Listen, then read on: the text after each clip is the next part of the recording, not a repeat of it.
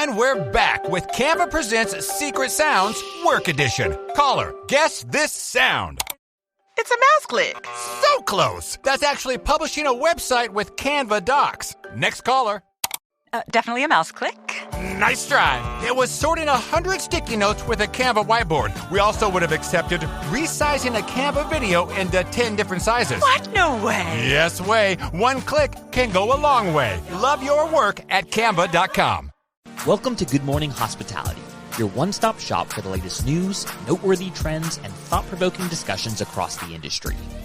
From hotels and short-term rentals to all things travel and hospitality, you'll find each episode equips you with the information that you need to start your week. Join us on Good Morning Hospitality every Monday, wherever you get your podcasts.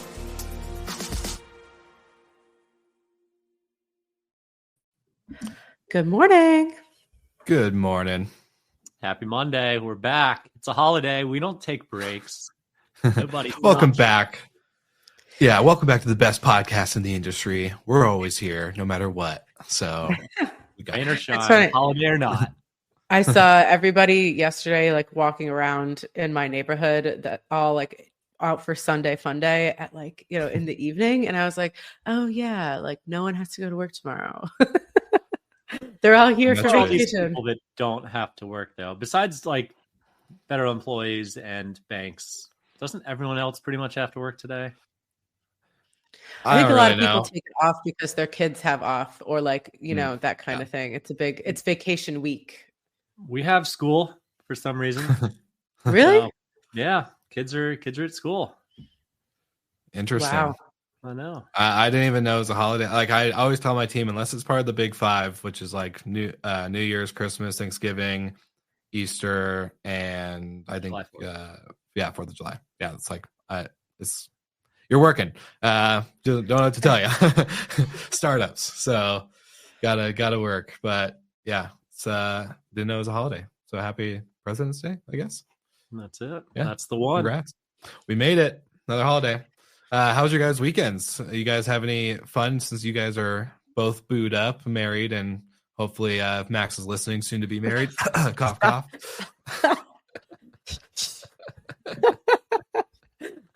We just went out to dinner and actually played, like, I'm learning how to play Mario Kart on the Switch. Because I wasn't allowed to have video games growing up. When I asked for a Game Boy, I got an educational video game, so that kind of sets the scene. But I did know how to play Mario Kart Wii, and so now I'm learning how to play it with like a controller. The learning curve is steep when you're learning how to play video games in your 30s. Yeah, I was gonna say, but good on you for the Switch. I love it on the Switch. It's fun. It's easy. You can kind of do it the Wii, like if you have put it on the TV. So we have like we can each play the controllers, and got some Mario Party. So very chill weekend. Love that. What about you, Golden? I had a 6-year-old birthday party to go to, so that was exciting. Wild times. It was at a place called Good Times. It's like a bowling alley arcade. So it was lights, noises, kids screaming. And on top of that, it was the Auburn, Alabama basketball game at the same exact time. So the dads were kind of watching that over at the bar area, and we won. So great day. Number one versus number 2 in the country. Auburn pulled it out. War Eagle. Keep that number 1 seed. Let's go. Sports. Big win. Big win. Love that. Well, I had a nice weekend off. Basically got to unplug, which is very needed for all of our entrepreneur listeners. Not that if you're not an entrepreneur, it's not tough, but business can be tough. So unplug when you need to. And I'm glad I did, because got to go hike and explore some of my local, state parks here in Colorado, and had a actually really fun and good first date yesterday. So, shout out to Hinge for a good first date. I was really skeptical on the dating app side, but worked out pretty good. So we have a second date coming up. Fingers crossed. Right. I can attest that it works out sometimes. So it's worth doing it. Yeah, I was pretty hesitant going in. My buddies were like, dude, just go to the date. I was like, oh, I don't want to. But glad I did. So anyways, moving on. We have quite the docket of topics today. For the listeners, you can see for our title covering Mint House and the acquisition of Locale, Marriott and Sonder licensing deal details has been a little bit more released during the Sonder Q3 delayed earnings report, and then Airbnb flexing its market share gains. And I guess we'll decide if that's really a gain or if it's just good PR again. But before we get into today's headlines, I want to talk about something that every property manager and housekeeper can relate to after a wild Valentine's Day weekend, and that is garbage. Because let's be real, your cleaners have already seen things that they can't unsee inside of your properties. The last thing they need to is step outside and face a trash pile that looks like a crime scene from a rom-com gone wrong. Champagne bottles, takeout containers, and was that a melted chocolate fountain? Well, that's where Fido comes in. Their bin to curb service makes sure that your team and your next guest never have to roll up to a property and deal with the aftermath of a romantic weekend gone too well. Wink, wink.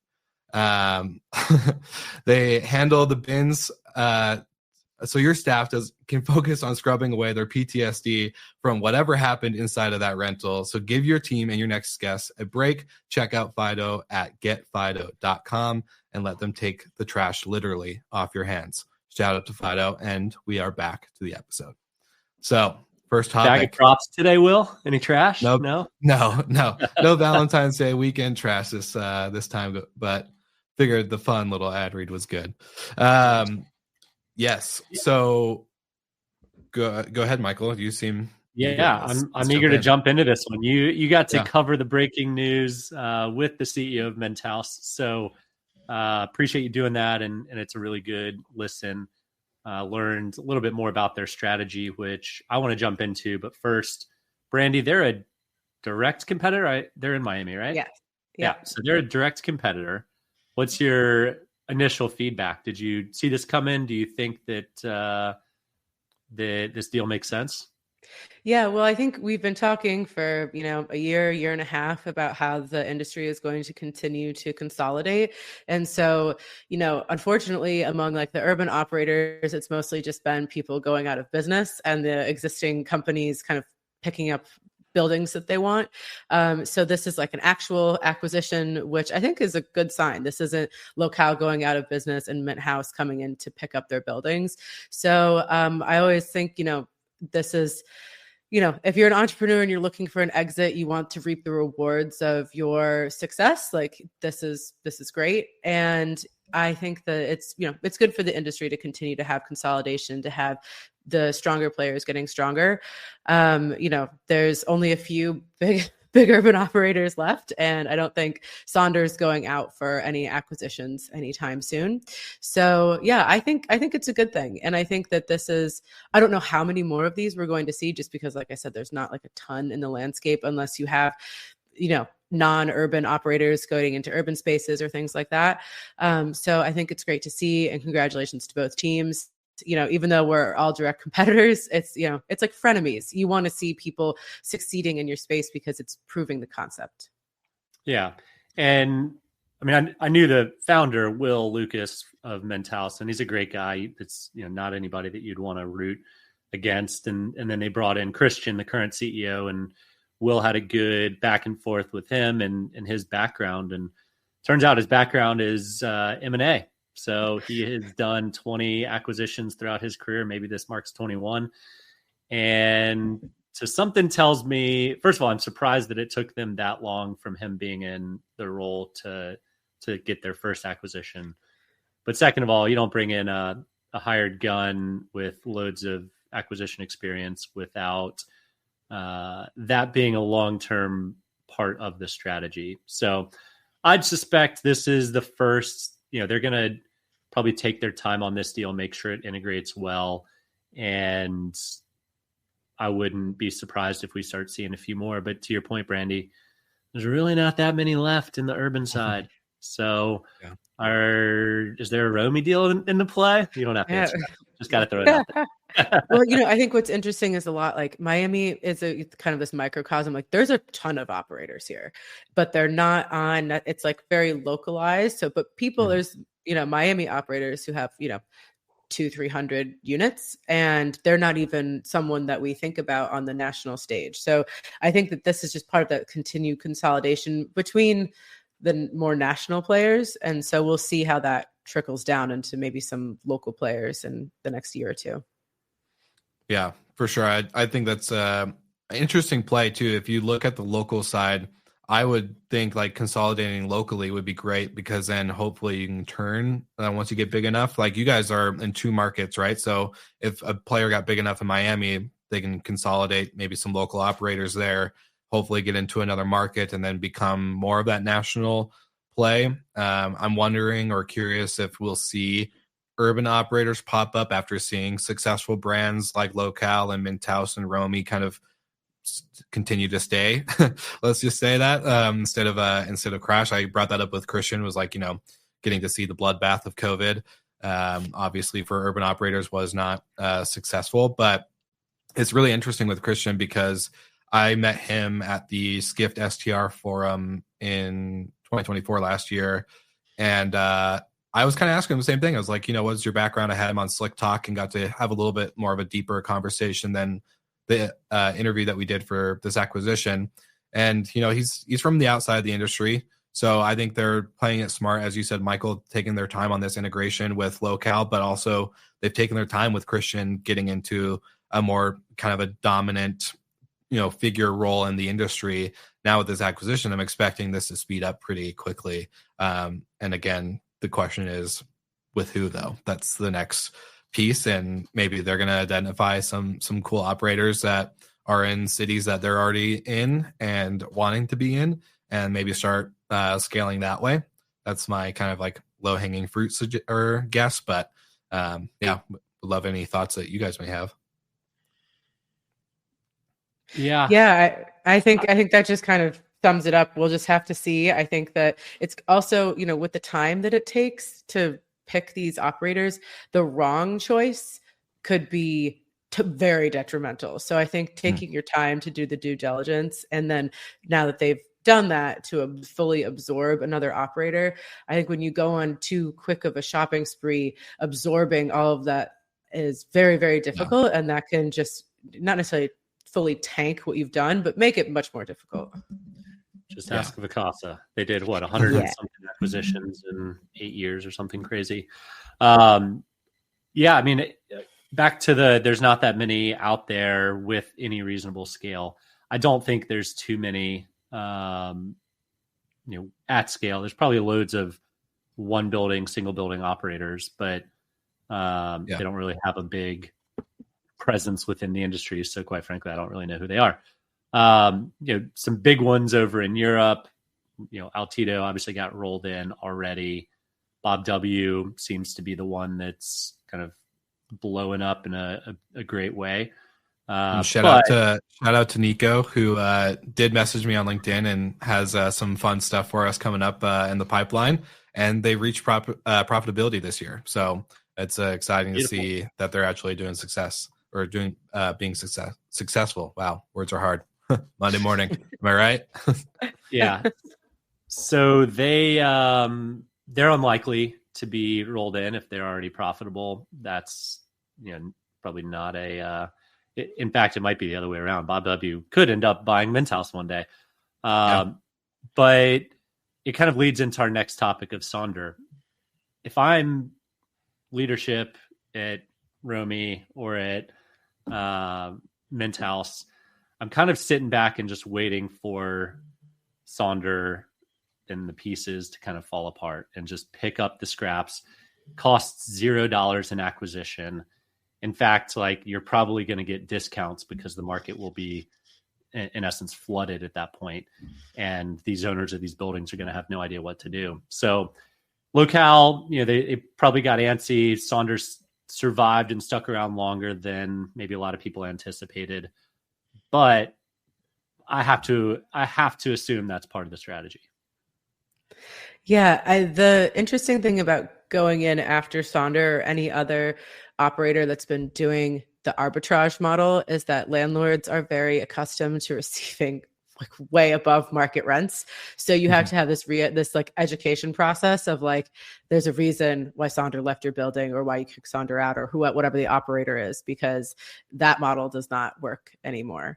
But I do think, with the Marriott Sonder deal, there's now kind of more quality control because of what Marriott's standards are for what they want in there to be like associated with their brand, what they want to distribute. So Sonder may continue to shed units, not necessarily that they're bad units, but maybe that they don't fit within the parameters that Marriott has. Well, I will say in the article that we read about the licensing deal that revealed a little bit more information, there was a shed of units, I think from 11,800 down to about 10,000. But they're reaching higher RevPARs and ADRs now. So yes, they're still unprofitable. They're still bleeding cash, but with the shed of units and a D-scale, hopefully we could see them get more, I guess, like, better metrics within the buildings that they keep themselves. And I think it's great because then operators like you guys, Brandy, get to pick up the buildings that maybe in your markets that you're already in or wanting to be in, or, Mint House, for an example. So, it's not a big lose right now, but again, it's still like a lot of pieces are slowly, the breadcrumbs are becoming bigger. Let's just say that the chunks of peel off from Sonder are still big. But it's really interesting to watch as they're reporting their delayed financials. And then for the listeners, to give you some context, the Marriott and Sonder licensing deal was broken down to about a $15 million spend to Sonder from Marriott. They got $7.5 million up front when this deal was signed and inked, and then they're supposed to get the remaining $7.5 million by the end of March.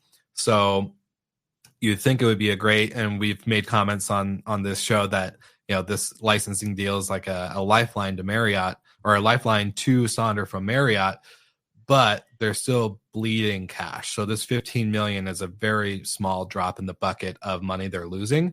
So to share the context, just for listeners' sake, definitely highly recommend that you grab the links in the show notes that we'll put in the episode later. But it's really interesting to watch. I think the saga continues, and I know you guys have a bunch of other points to make, but I just find it really interesting from just all the hype that we saw in the early days to where we are today.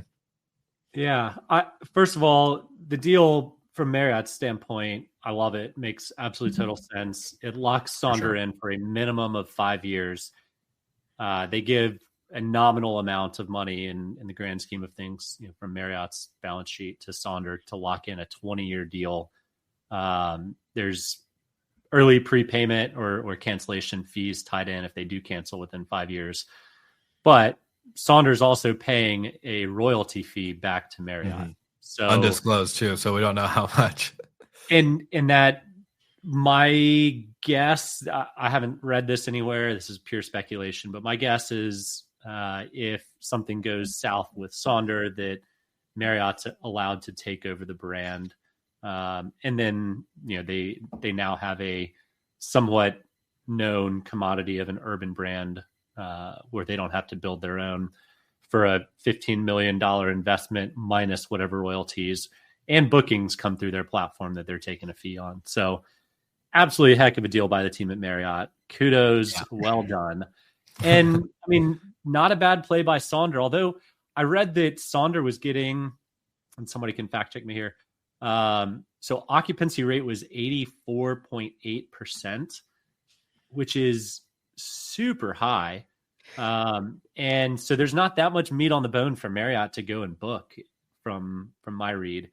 That said, Sonder's probably spending way too much in pay-per-click marketing or online marketing, which hopefully they can wane that spend down and let it run through Marriott instead. But all around, some more, the breadcrumbs will trickle out with the Sonder Marriott deal and Sonder over, seeing how it plays out in the long term.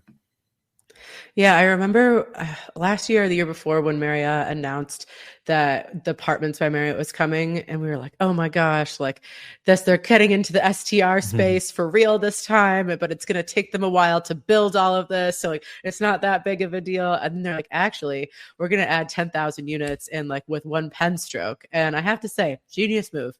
And so Sonder just becomes like the de facto operator of Apartments by Marriott. They don't have to build all those units or sign those deals, because you're saying that the first official one's opening in Pennsylvania, but that project obviously started years ago. So it's just this sped up that project by, I mean, an order of magnitude. And yeah, again, great deal. And for Sonder, I think it's like, what other options were on the table, And so as far, they had to kind of take, it seems like the best option rather than winding down the company or something like that.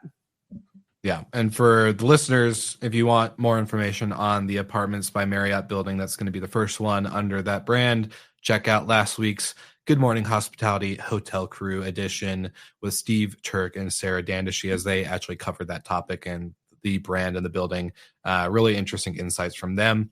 But yeah, 100% agree. One hell of a deal by Marriott. Congrats to that team, and they have a big win on all sides, whether they end up getting the rights to acquire Sonder or getting a fat breakup fee if Sonder ends up leaving within 5 years. So I can't complain. Marriott still continues to be the superior brand in a lot of ways. But talking about superior brands and market share gains, or at least claims of it, let's go into Airbnb's claim, as they are sharing that they're overtaking Vrbo and, of course, hotels, which is an interesting claim.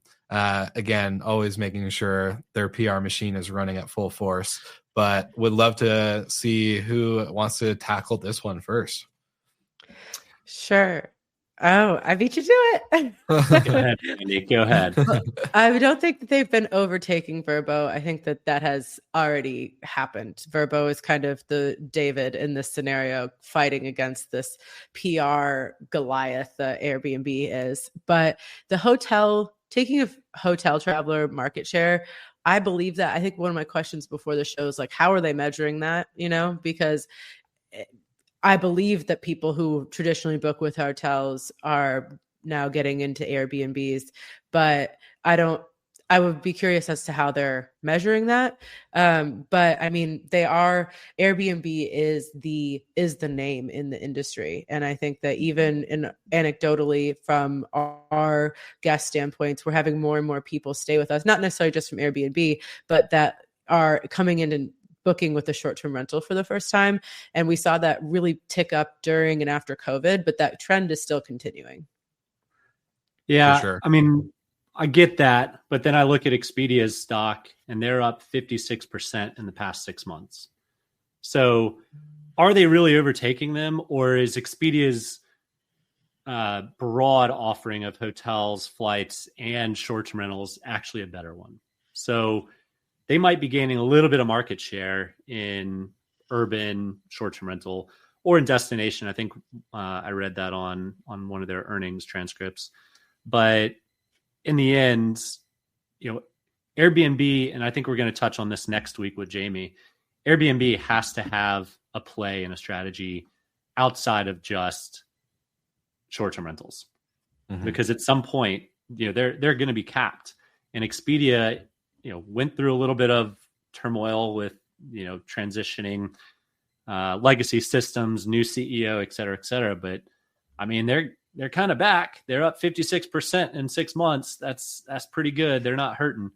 And then a gain on hotels isn't terribly surprising, because pretty much every time I turn on the TV, it's a commercial of Airbnb, showing why staying with one of their properties is better than in a hotel.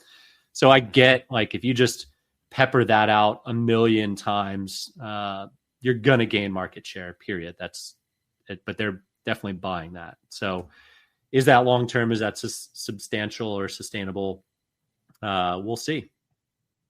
Yeah. I think one of the other interesting things that I think Brian said in the earnings report is like, that stays are just a part of Airbnb. And this is like a nod to like the coming revamp and experiences. But then I was like, okay, stays and experiences and then what, like as part of your monetization efforts, because the AI components that they say they're going to release, I don't believe that that's monetized. Like those are just additions to make the guest or host journey easier. Maybe on the host side, there's monetization there, but experiences and what else? Like what else is if stays is not going to be the significant driver, like are they going to start adding flights?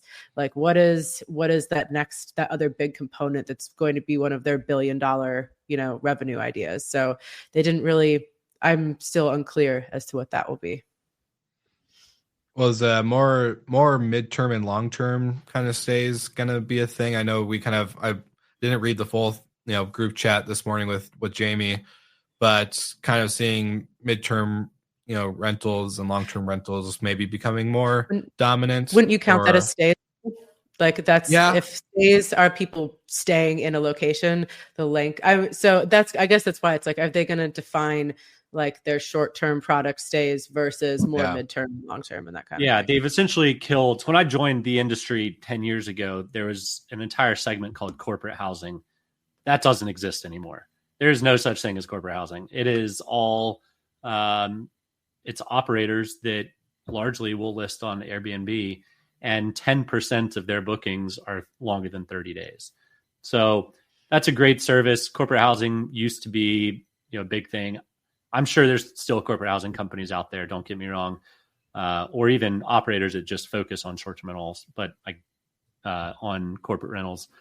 But I guarantee you they list on Airbnb. So, 10% of the market is pretty big in terms of like gross bookings. And those are valuable bookings because they're longer than 30 days. It's 100% occupancy and zero cleans. Like, everyone loves those bookings. Especially even if they're paying a discounted price, but especially if they're not paying a discounted price. If you can get the real ADR in there, that is fantastic. Randy's operating hat goes full force when she hears. Well, full price, for long real, stays, no cleans. In the low season months, those are the best bookings because you can really keep your costs at bay, have everything occupied. It's a great way to fill in between your high seasons. For sure. There's nowhere I'd rather spend than a month of July in Miami. Oh yeah. Do you like rain every day? I love the sun. Can't you tell? Yeah. The sun is great. I'll take it. Well, very, very good. So I also want to make a quick disclaimer because last week we had some fun rivaling topics, but this show is an opinion-based show. We love to cover news and share our thoughts. So just make sure that you also do your own research, find and form your own opinions, and bring up the discussion with us. We would love to discuss more of this with our listeners and with the experts and industry leaders over the entire world. But before we wrap up, I want to give one big exciting announcement that we got to share last week. So Good Morning Hospitality is growing, and who is surprised? Nobody, because we're the best.